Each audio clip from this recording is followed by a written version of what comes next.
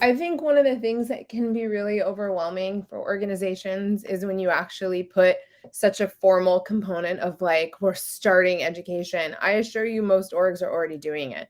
Mhm. Like, it's happening. And I think that's actually my first thing that I would suggest is understanding that you have education and training happening. You just may not have a formal organization or team doing it.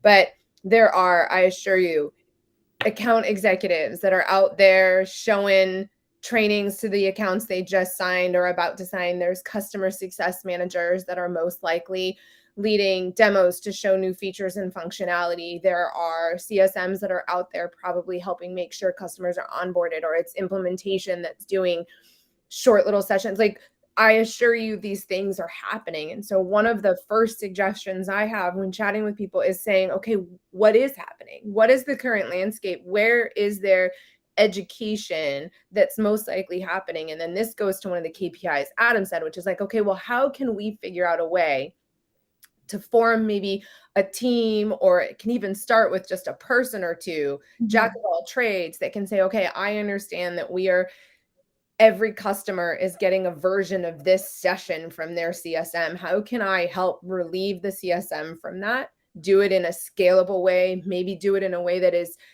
from a true adult learning lens of like, what can I do to this to make sure that they then see exactly what they need to in the tool, the platform, the software, whatever it might be. And so, Adam, I'm curious, that to me is what I have found is like, it's happening. So step one for me is like, where is it happening?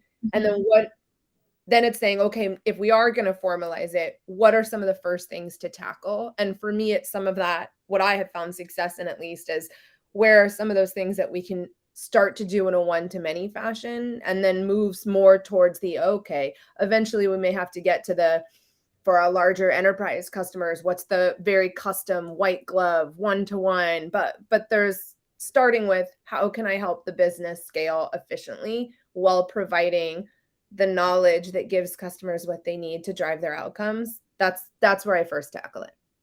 Love it. Yeah.